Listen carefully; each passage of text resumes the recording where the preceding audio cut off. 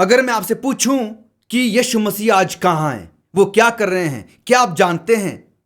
Bible कहती है कि यीशु मसीह हमारे महायाजक हैं। कैसे? क्या आपने इसके बारे में अध्ययन किया? अगर नहीं तो आज इस वीडियो में हम इसके बारे में जानने जा रहे हैं कि यीशु मसीह अभी कहां हैं, वो क्या करते हैं और वो बाइबल के अनुसार कैसे एक महायाजक है। आइए मेरे साथ इस बात का अध्ययन करें।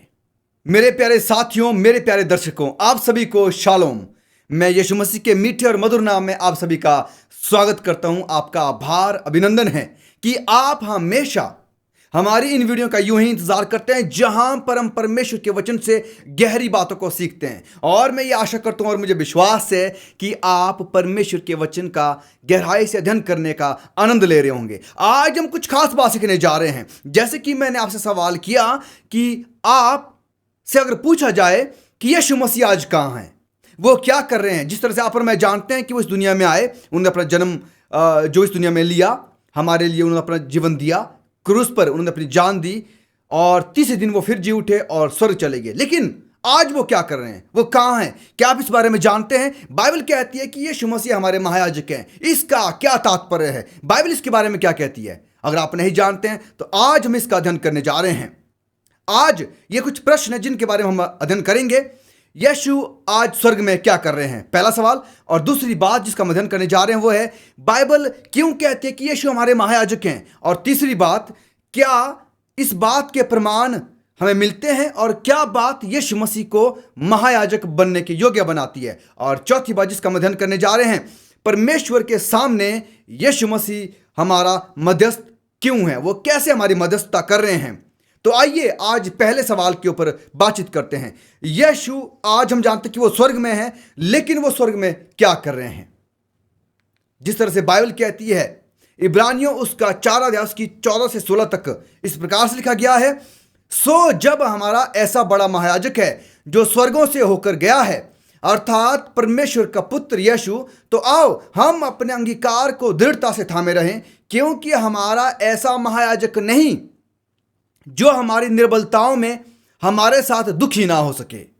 देखिए यहां पर हम देखते हैं कि इब्रानियों उसका 4 अध्याय की 14 से लेकर 16 तक में इस बात का जिक्र किया गया है, क्योंकि हमारा ऐसा महायाजक नहीं।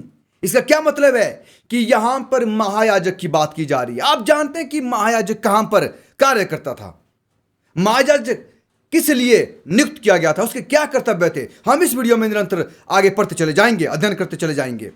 लेकिन यीशु मसीह हमारे महायाजक है, लेकिन कैसे? सवाल यह है। अगर आप इब्रानियों उसका 8 अध्याय उसकी 1 और 2 आयत पढ़ें तो यहां पर इस प्रकार से लिखा गया है, अब जो बातें हम कह रहे हैं उनमें से सबसे बड़ी बात यह है कि हमारा ऐसा महायाजक है जो स्वर्ग पर महामहिमन के सिंहासन के दाहिने जा बैठा और पवित्र स्थान और उस सच्चे तंबू का सेवक हुआ जिसे किसी मनुष्य ने नहीं वरन प्रभु ने खड़ा किया है। मेरे प्यारों, यहां पर हम एक और खास बात देखते हैं, क्या? कि हमारा ऐसा महायाजक है। जी हां, यीशु मसीह हमारे महायाजक हैं और महायाजक परमेश्वर द्वारा जो पवित्र स्थान दिया गया था उसमें सेवकाई करते थे।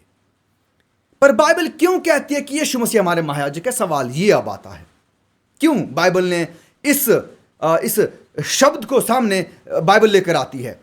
अगर आप निर्गमन उसका 15 अध्याय की 17 आयत पढ़ें तो वहां पर इस प्रकार से लिखा गया है, तू उन्हें पहुंचाकर अपने निज भाग वाले पहाड़ पर बसाएगा, यह वही स्थान है हे यहोवा जिसे तूने अपने निवास के लिए बनाया, और वही पवित्र स्थान है जिसे हे प्रभु तूने आप स्थिर किया है। मेरे प्यारों, यहां पर हम देखते हैं कि यीशु मसीह महायाजक इसीलिए है क्योंकि वो परमेश्वर और हमारे बीच एक मध्यस्थक है। वो एक बिचवई है परमेश्वर और हमारे बीच, क्योंकि हम परमेश्वर को जो पवित्र हैं, धर्मी, हम उनको नहीं देख सकते, पर हम उनके पास नहीं जा सकते। पर यीशु मसीह हमारे लिए वो एक ब्रिज, वो एक पुल बने, वो एक माध्यम बने। अगर आपसे सवाल किया जाए, क्या आप जानते हैं कि महायाजक का पवित्र स्थान में क्या कार्य होता था? तो अगर आप पढ़ेंगे तो सबसे पहली बात आप यह देखेंगे, देखिए महायाजक और भविष्यद्वक्ता दोनों जो उनका अलग अलग कार्य था। अगर महायाजक के कार्य की बात की जाए तो हम देखेंगे कि महायाजक वो काम करता था कि वो लोगों की दुआओं को, लोगों की प्रार्थनाओं को, उन्होंने जो बलिदान दिए हैं उनको परमेश्वर के सामने लेकर जाता था। तो इसका क्या मतलब है कि महायाजक लोगों की तरफ से परमेश्वर और लोगों के बीच में क्या था? एक मध्यस्थ था, एक बिचवाई था। तो यह महायाजक का काम था। तो यीशु मसीह भी ठीक यही काम आपके और मेरे लिए कर रहे हैं कि जो बात हम, इसीलिए तो हम प्रार्थना भी कहते हैं कि ये सब कुछ हम आपके बेटे और हमारे उद्धारकर्ता यीशु मसीह के नाम से मांगते हैं। क्यों? क्योंकि यीशु मसीह के जरिए से हम प्रार्थना करते हैं जो परमेश्वर तक पहुंचाई जाए। और यीशु मसीह आपके और मेरे लिए वो मध्यस्थक है, वो बिचवाई का काम करते हैं।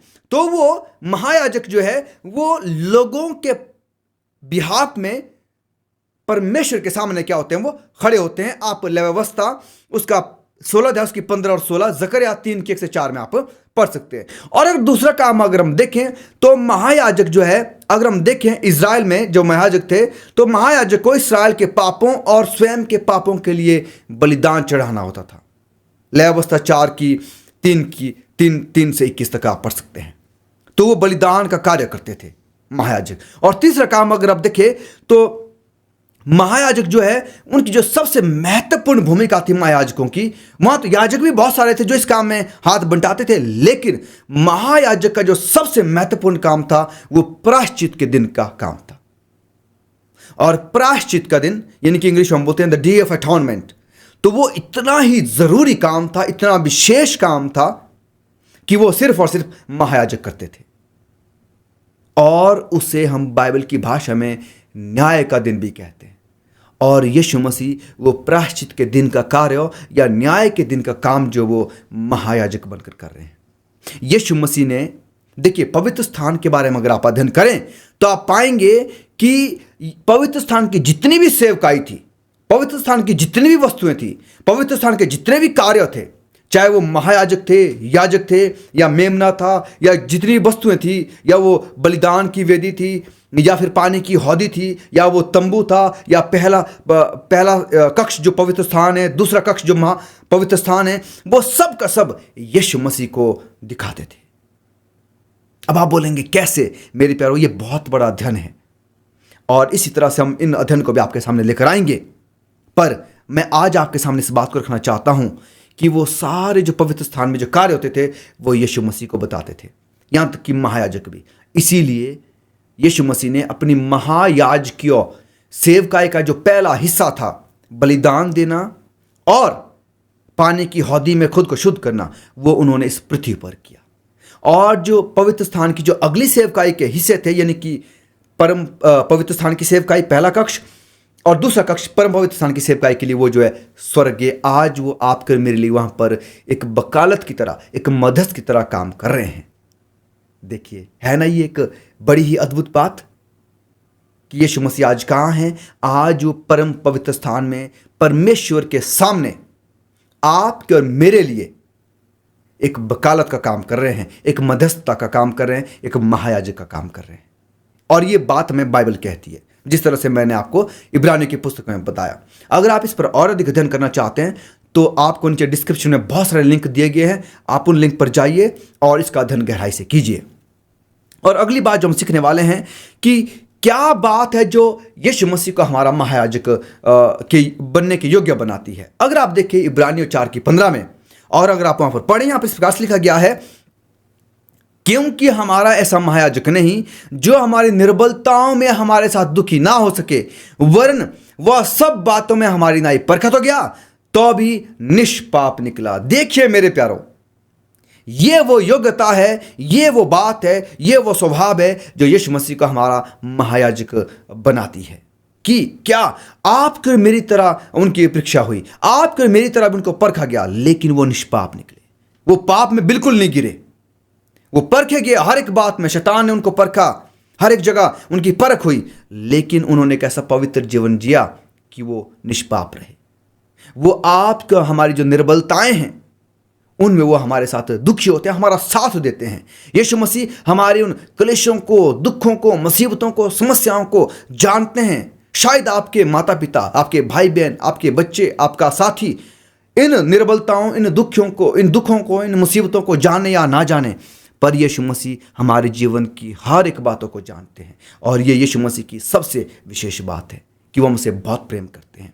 और अगर मैं दूसरी आयत में आपके साथ पढ़ना चाहता हूं, इब्रानियों 2:18 में, क्योंकि उसने तो आप ही दुख उठाया और परीक्षा में पढ़कर उनकी सहायता भी कर सकता है। देखिए, यीशु मसीह ने खुद दुख उठाया है और वो हर एक जो दुख उठाते हैं उनकी सहायता कर सकते हैं। क्या आप एक ऐसे यीशु मसीह को जानते हैं? क्या आपके पास एक ऐसे परमेश्वर हैं जिन्होंने खुद भी दुख उठाया और आपके दुखों में भी वो आपका साथ देते हैं, उनमें आपकी मदद करते हैं, सहायता करते हैं।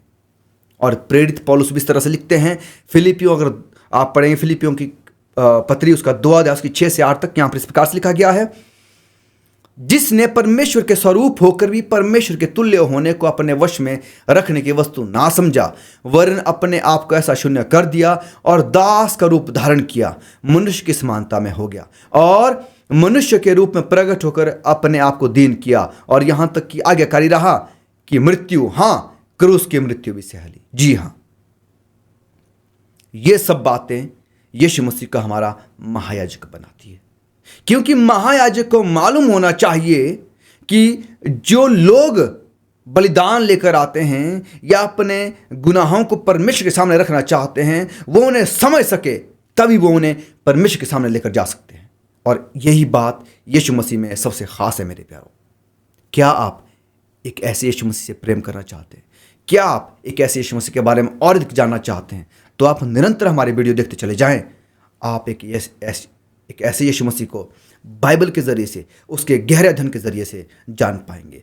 और अब जो है एक आखिरी सवाल आज के लिए, परमेश्वर के सामने यीशु हमारा मध्यस्थ क्यों है? क्यों वो हमारी मध्यस्थता कर रहे हैं? सवाल अब ये आता है।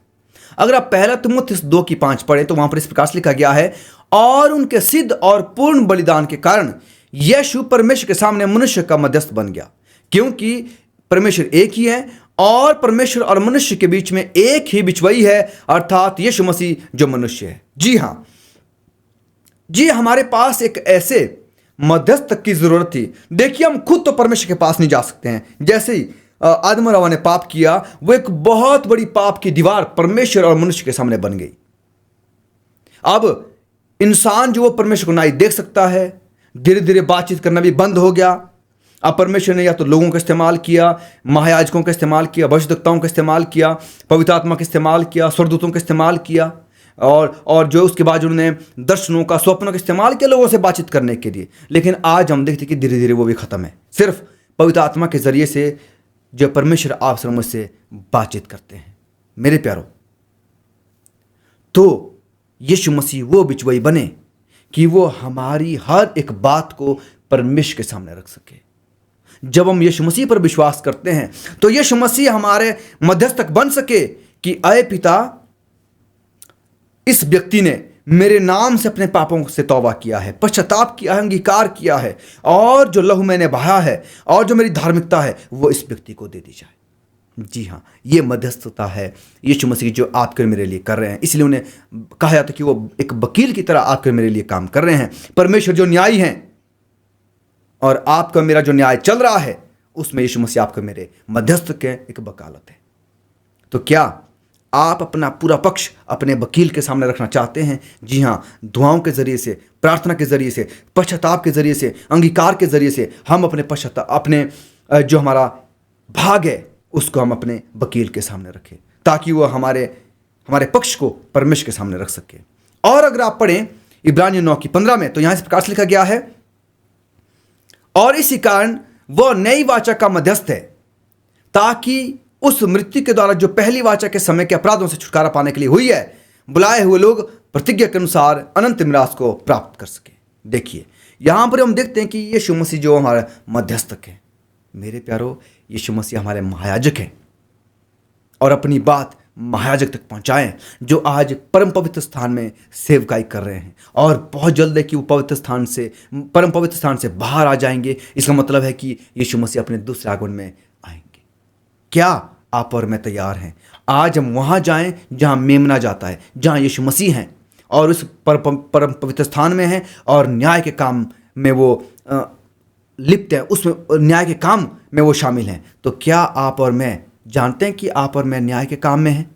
अगर नहीं तो आइए आज से, जब हम इस न्याय के समय में और इस अंत समय में रह रहे हैं, हम अपने पश्चाताप के जरिए से, मन फिराव के जरिए से और अंत समय में तैयारी के जरिए से खुद को परमेश्वर के सामने रखें। आप औरत का अगर अध्ययन करना चाहते हैं तो डिस्क्रिप्शन में दिए गए लिंक पर जाएं और आप अपने सवालों के जवाब वहाँ पर पा सकते हैं।